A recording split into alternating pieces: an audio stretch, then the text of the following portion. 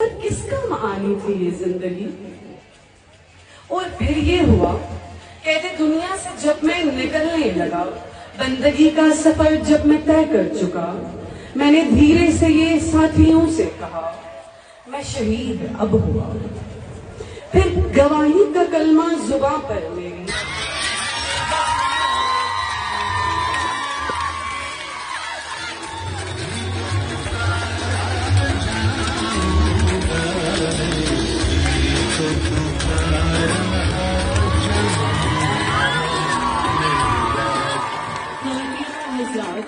हमारे दरमियान इस वक्त मौजूद हैं शहीद मेजर साद बम जुबैर के वालिदैन। आप तमाम लोगों को थोड़े होकर उनका इस्तेमाल कीजिए, क्योंकि शहीद की जो मौत है वो तो